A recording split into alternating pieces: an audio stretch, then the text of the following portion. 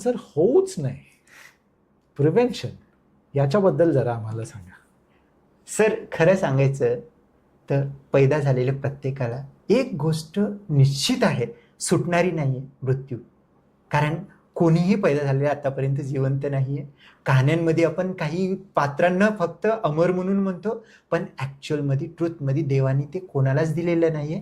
ते एंड आहे. पण आम्हाला श्रोत्यांना नाही, त्या गोष्टी prevent करायचंय, sir. सांगायचंय ते एंड आहे.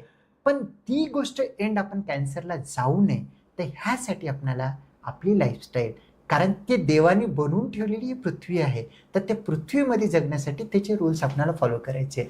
खाणं चांगलं करा, प्राकृतिक किंवा फ्रेश जे काही भेटतं ते गोष्ट प्रेफर करा, पॅक प्रोसेस गोष्ट अवॉइड करा, लेट नाईट जागणं टाळा.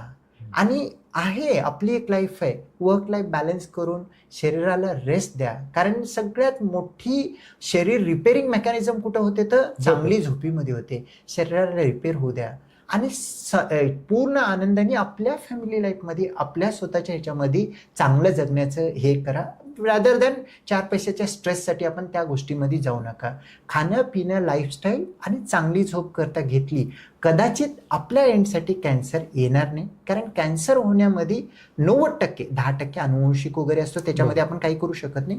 90% हा आपला लाईफस्टाईल, खाणं पिणं आणि रूल्स नॉट फॉलोइंग द गॉडचे जे काही नियम आहेत आपण फॉलो करत नाही, त्यामुळे होतं. तितकं आपण सांभाळलं, कदाचित कॅन्सर आपल्यासमोर येण्याची शक्यता टळू शकते.